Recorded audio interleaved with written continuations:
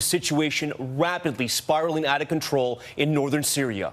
1 week since President Trump ordered U.S. forces out of that region, effectively abandoning America's allies in the fight against ISIS. This video right here appearing to show Turkey's military bombing Kurd civilians in a Syrian border town. The Kurds who fought alongside the U.S. against ISIS. Now, horrific reports of atrocities committed by Turkish-backed fighters on those very allies. A reporter, take a look at this live streaming video when a convoy is hit by a Turkish airstrike. President Trump ordering about 1,000 U.S. troops to withdraw from northern Syria. Since pulling U.S. troops from the region, hundreds of ISIS prisoners and sympathizers have gone free. About 200,000 Kurds have been displaced, and Kurdish leaders now looking for help from unlikely new allies. ABC's Ian Pannell is in Syria to lead us off. This video, obtained by ABC News, appears to show the fury of the Turkish attack on the border town of Tal Abyad 2 nights ago. Tonight, President Trump ordering the withdrawal of all U.S. troops from northern Syria. Just 1 week after his fateful call with President Erdogan of Turkey triggered a disastrous chain of events. The brutal assault of Turkish forces targeting America's Kurdish allies has left a trail of death, displacement and destruction.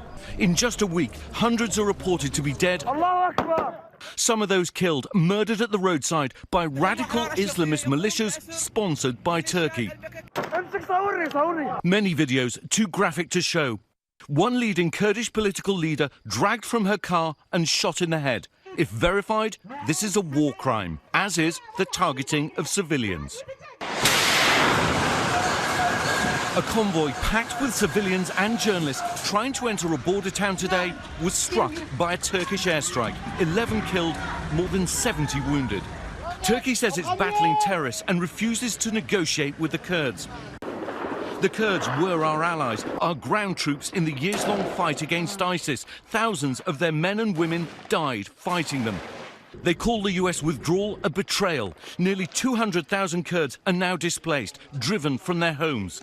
Many who were guarding ISIS prisons and refugee camps holding ISIS sympathizers also forced to flee. At least 23 ISIS prisoners may have already escaped. And hundreds of ISIS supporters broke out of their camp too. Now, Russian-backed Syrian troops are on the march in a new alliance with the Kurds to take on Turkish forces. Turkey warning it'll continue its advance further south into the country. U.S. forces now potentially pinned between the warring sides. We have American forces likely caught between two opposing advancing armies, and it's a very untenable situation. The Trump administration blaming Erdogan for the events. We are ready to go on a moment's notice to put on sanctions. But the chaos began unfolding after President Trump agreed to pull back U.S. troops from the Syrian border, allowing Turkey to launch the assault, angering Democrats and fellow Republicans. Leaving an ally behind, abandoning people that we frankly told that we were going to be with. Is disheartening, depressing. Frankly, it's weak. But the cost of this war only growing. We met this little girl, 8 years old, in a hospital bed. Her leg blown off, her brother Mohammed dead. Her brother Ahmed can't begin to describe what he saw. These children, the victims, 1 week after that phone call. So bizarre have the events been of the last few days that Bashar al-Assad and his military, with the deaths of hundreds of thousands of Syrian civilians on their hands, accused of war crimes, torture, abuse and using chemical weapons, are now the ones coming to the rescue of the Kurds after the American pullback. Now, unless Turkey backs down, then Erdogan's army is in for a much bigger fight than it ever bargained for.